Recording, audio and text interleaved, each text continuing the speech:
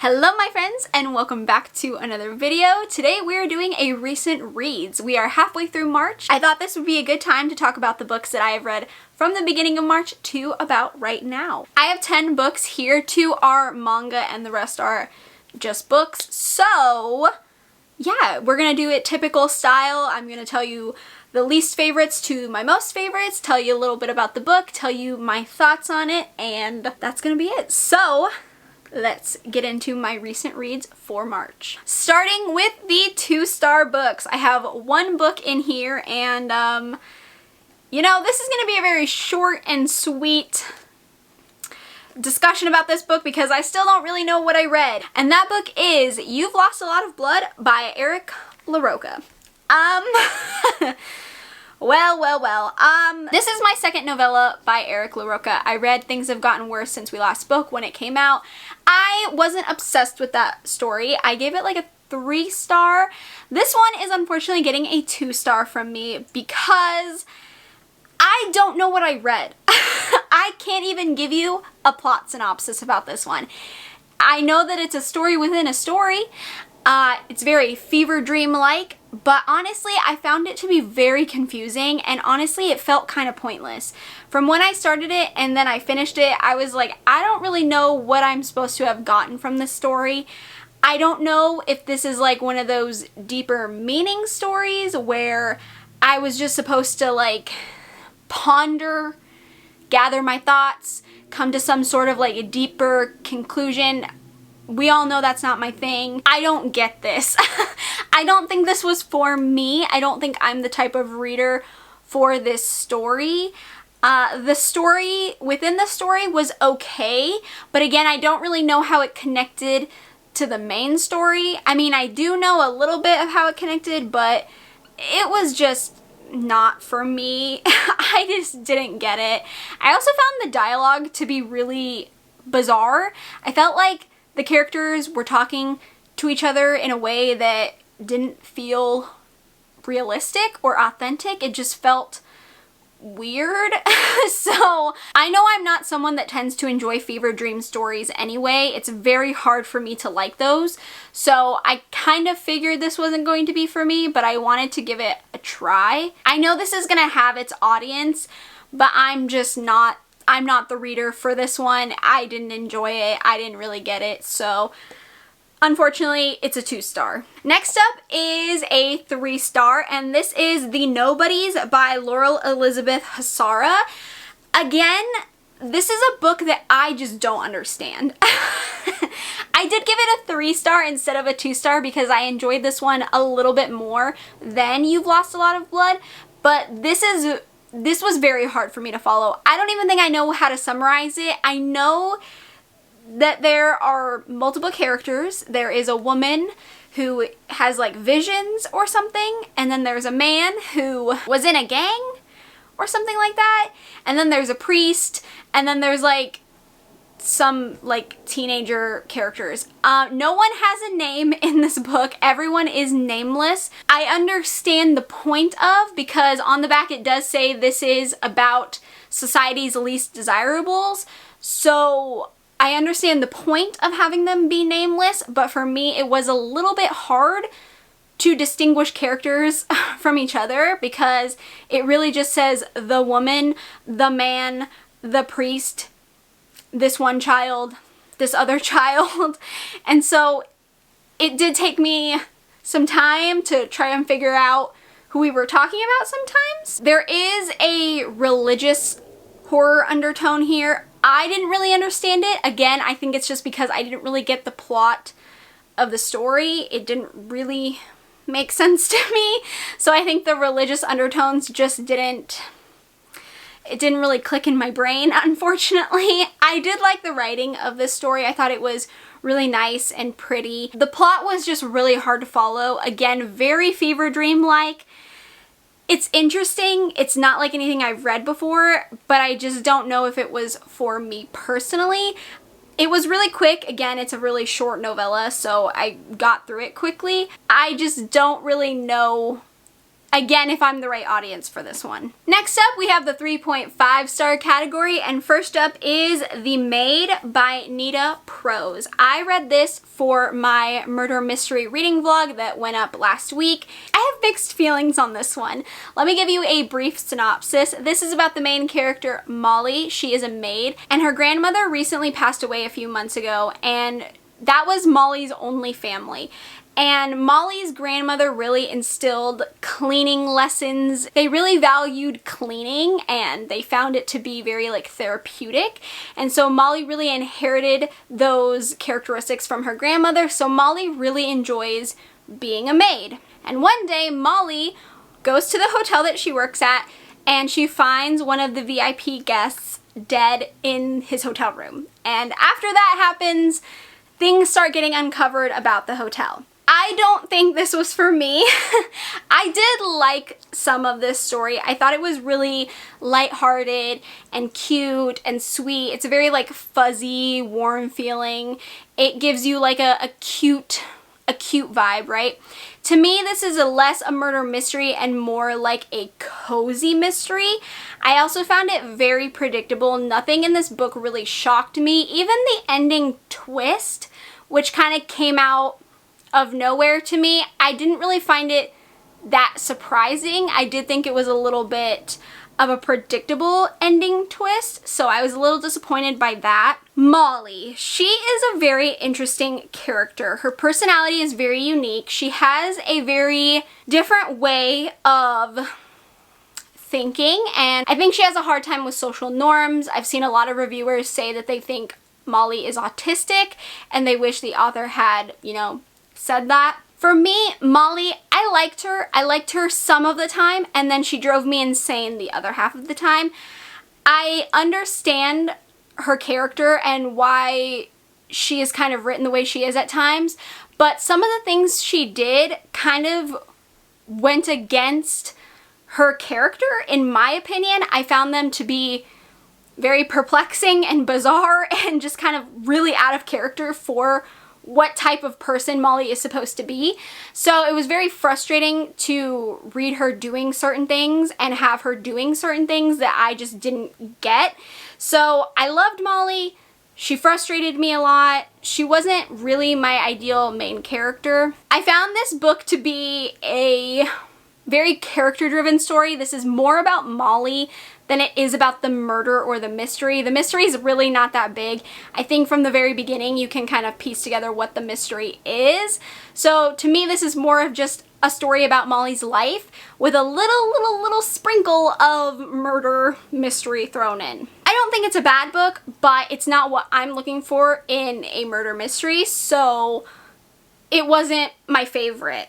Next up in the 3.5 star category is The Golden Spoon by Jessa Maxwell. This was an ARC sent to me from Atria Books, and I have very similar feelings about this one as I do about The Maid. This is about a baking competition, a week-long baking competition called Bake Week, and 6 contestants go to compete, and there's some sabotage going on in the kitchen, and then things escalate, obviously, and someone dies. So I really liked the idea of this. I love baking shows. I feel like this is the Great British Bake Off mixed with a murder mystery. I found it really cool. I like the setting. I like the idea.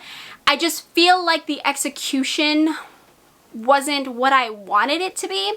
This is very much more of a cozy mystery as well, like The Maid. It's very much low stakes, exactly like The Maid. They both, at no point did I feel like anyone was in real danger or they were about to die or, you know, get hurt or injured or anything like that, which is what I want in a murder mystery. So for me, these two, they didn't have that spark that I wanted. It was very fun. I really liked the setting, like I said. I thought it was so cool. I think the baking competition is a great idea. I just think the stakes needed to be upped a lot more. And I found the plot to be extremely predictable. Again, I wasn't surprised by anything that happened. I also just felt like I needed more. There was only one person that died. It happened like 200 pages in, and I just felt like the book needed more. Even the ending wasn't punchy enough. I needed something to elevate it. This just feels like a very standard cozy murder mystery. And so I feel like if you read a lot of murder mysteries, you'll probably find this extremely predictable. It'll be fun, but it'll be very predictable. And I just feel like if the author had tried to go in a slightly more unique direction, this book would have been a lot better. So still a good time, just not perfect. Next up is the 4-star category, and we have Killing Stalking, the Deluxe Edition Volume 2 by Coogie. Now, I'm not going to go into the plot because this is the second volume. I don't want to spoil anything, obviously. I put this as a 4-star. Volume 1 was a 4.5. I liked this much less than the first volume. I feel like the first volume had a lot of punch. It was shocking. It was just like mind-blowing, you know, like I wasn't expecting it to be as insane as it was. Like it was just so intense. And I feel like this one was a little lackluster. I don't know if it's just because not a lot was really happening the whole time, but at the end, the very last thing that happens is super crazy. So the ending was really, really good, and I'm very interested in volume 3. I'm obviously going to continue the series. I do like it a lot. I just feel like it didn't have as much punch or intensity or something. I don't know. There wasn't as much, I guess. This story is more about Sang-woo as well and less about Yunbum. So I think that was also my issue, just because Sang-woo isn't my favorite character. So I think that was also my thing. It was still an interesting volume. I'm very interested in the series. I do want to continue it, but this did just lack a little for me. Next and last in the 4-star category, we have His and Hers by Alice Feeney.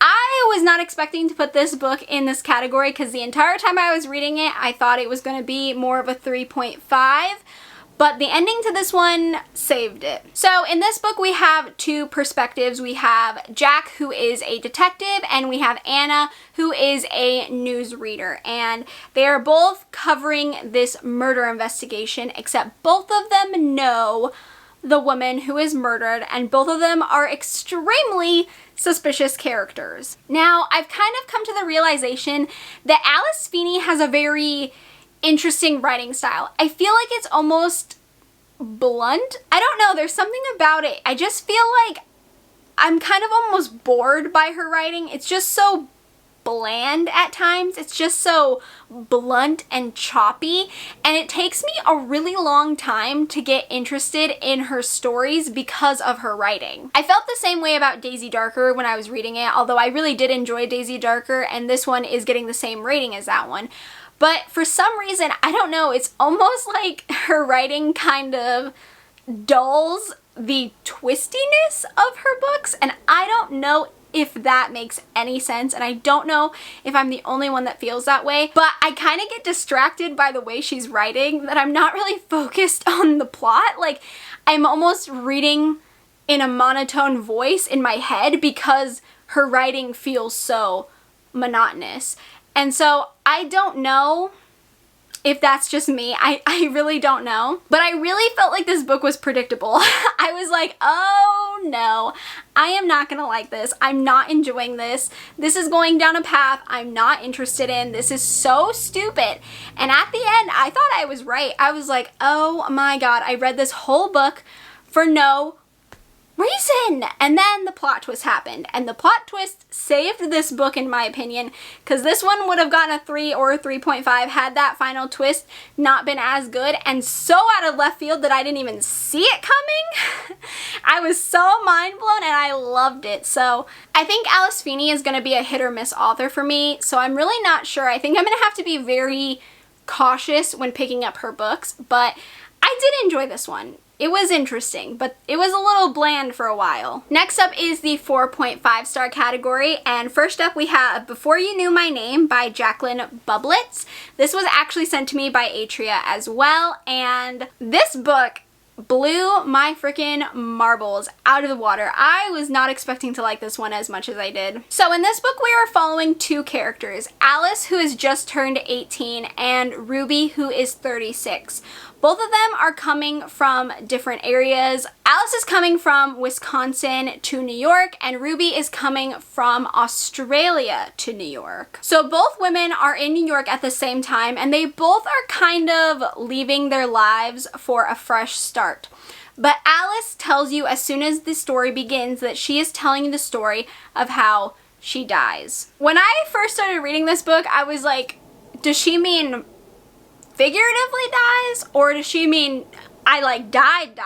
So at first I couldn't really get into the story. It's very slow, but also the author kind of has a very flowery, it almost has a literary vibe to me. I don't know if I'd actually consider it literary, but at times it did give me literary vibes. This is considered a mystery thriller. I would personally consider this a feminist mystery. Now, if you know how much I love The Nothing Man by Catherine Ryan Howard, I love this just as much as I love The Nothing Man by Catherine Ryan Howard. This, to me, is a more slow, mysterious kind of vibe, whereas The Nothing Man is a thriller. This doesn't really feel like a thriller, but you are piecing together a mystery. I love books that touch on true crime, and I just thought this book did such a beautiful job with it. It talks about missing white girl syndrome. It talks about the problems that women face in the world and how when there are strange men around, we get freaked out and we, put a smile on our face so we don't get murdered. It just had so many good topics. It touched on being a good victim and being a bad victim. Basically, a bad victim is someone that has either been involved with drugs, had mental health problems, been involved in sex work. The media and people end up not caring because they did things that got them into trouble.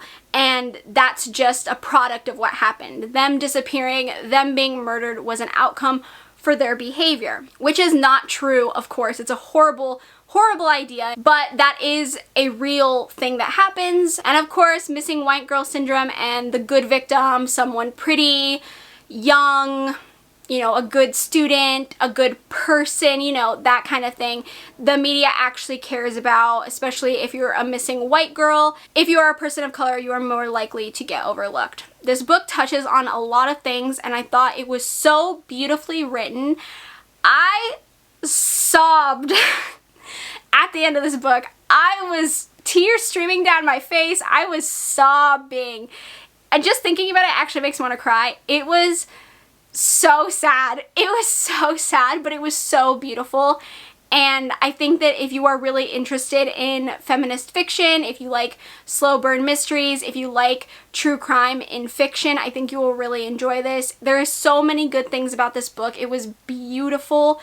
It was just a stunningly written book. It was gorgeous. Very emotional, very hard to read at times, but such an important book with important topics in it, and I thought the author did a beautiful job handling everything, and I absolutely love this one. Next in the 4.5 star category is The Appeal by Janice Hallett. This was also sent to me by Atria Books, and I also read this along with The Golden Spoon and The Maid in my murder mystery reading vlog. I was so excited to read this book. I had a feeling I was going to like it. I had a really good feeling that I was going to enjoy this book, but I just didn't know how much I was going to enjoy this one. This is about a theater group who is about to put on a show, and the director and his wife actually find out that their granddaughter has been diagnosed with a rare form of cancer. They need like $350,000 for this new medicine, this experimental treatment, and they want to get it for her immediately. And the theater group obviously wants to help, so they start fundraising like crazy. This theater group loves this family. They cherish the family. They want to help in whatever way possible. However, there's some suspicious things going on about this fundraising. There's some whiff of fraud, you know, and some people in the theater group start trying to dig around and find some stuff out. Now, you're reading this alongside these lawyers that are trying to uncover what is going on. So you are reading these emails and these text messages along with the lawyers trying to figure out what happens. So a lot of this book is just emails and text messages, which I loved. I felt so nosy. I was reading these emails between these people and I was like, the drama. These people, some of these emails were so condescending and so rude, and you could understand the undertones of some of them. You could just feel things. Like you could get an understanding of how these people interacted with each other, and it was so interesting. I felt like a fly on the wall because I felt like I shouldn't be reading these. I was like, this feels inappropriate, but I was really excited about it. I loved it. I can definitely see why people wouldn't like this because it is very slow. It's very tedious going through all the emails and texts. There's a lot of people involved. There's like 15 people in the theater group who are like all suspects, and I know some people would just not find that interesting at all. I actually found it really easy to keep track of the names. There's a list in here too with the names of all the people in the theater group and like their ages and how they relate to each other, so I found that really handy. I didn't end up looking at it too much, I think like 2 or 3 times, but I felt like I got a hang of like who was who fairly quickly, and it helped looking at the emails all the time because their names were there and you got a feel for how they interacted and how they talked to each other, so it was easy to distinguish who was who. But for me, this was just a blast. It was fun, it was drama, I was very excited. I knew it was gonna be fun, but I didn't know how much fun it was gonna be. The drama was insane. I know some people are gonna be like, there was no drama. No, there was a ton of drama and I was eating it up. I was having a blast. I have the Twyford code from Janice Hallett as well. Atria Books sent me that one too. And I am literally foaming at the mouth to read that one because this was amazing. The twist, loved it. Didn't see it coming. Absolutely loved it. I had such a good time reading it, and it was such a well done murder mystery. I was so excited. On to the 5 stars. I have 2. The first one is Blood on the Tracks Volume 12 by Shuzo Oshimi. Now, I have rated every volume of Blood on the Tracks 5 stars because the whole series to me is a 5-star. I don't rate manga individually that often just because, I don't know, it just makes more sense to my brain. I know I did it with Killing Stalking, but I'll probably fix it once I finish the whole the whole series. That's just like more of like a tentative rating. This is more of like a concrete, I know the whole series is a 5-star. This volume, I knew I wasn't going to enjoy it. And I want to say not enjoy it in a way that makes sense. I enjoy it because I enjoy reading every volume of Blood on the Tracks, but this volume was just heartbreaking. I knew it was going to be bad because I'm very aware of what volume 13 is about to do. I knew it because I saw kind of like hints on TikTok about it. I don't think I was prepared to go into this one when I read it. It was just so upsetting.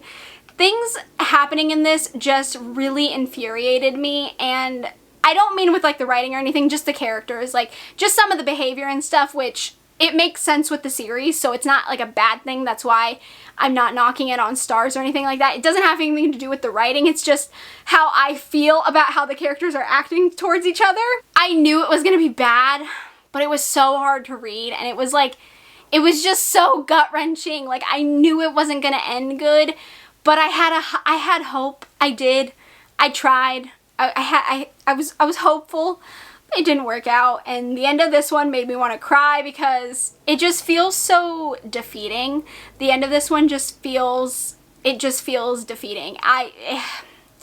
It's just a really sad story. It's very depressing, and it's just a hard read sometimes, and this one for me was just, I was flailing around. I was like, oh god, I don't think I can finish this, but I just hunkered down and got it done, and it traumatized me. So, you know, Shuzo Oshimi's doing his job, I guess. He's doing great work, hurting my feelings, but Very interested in continuing. Obviously, I will continue. Yeah, this one was hard. This one was a hard one. Next and last, my favorite book of the month. I know I probably shouldn't say that because it's halfway through the month, but I really don't think anything's gonna top this one. This is one of my favorite books of the year so far. I know it's only March, just let me say that, okay? And that is the Decagon House Murders by Yukito Ayatsuji. Oh my god! I also read this in my murder mystery reading vlog, and this was such a standout. This was incredible. I really didn't expect to love this one, but oh my god, it was insane. This book is about K University's mystery club who are taking a trip to this island, Tsunojima. And this island is rumored to be haunted, and it's also the site of these really brutal unsolved murders. Now, this mystery club is exactly what it sounds like. They love mystery books and they want to go to, I guess, just experience it to kind of see what it's like. It's kind of like a field trip for the group just to have fun, and they just love mysteries, and it's just gonna be fun for them. This book is a playoff, And Then There Were None by Agatha Christie, which I have not read. I have never read anything by Agatha Christie. I don't really think I plan to, honestly. I don't think Agatha Christie is a writer for me. I just don't think I'll enjoy it. But this, oh my god.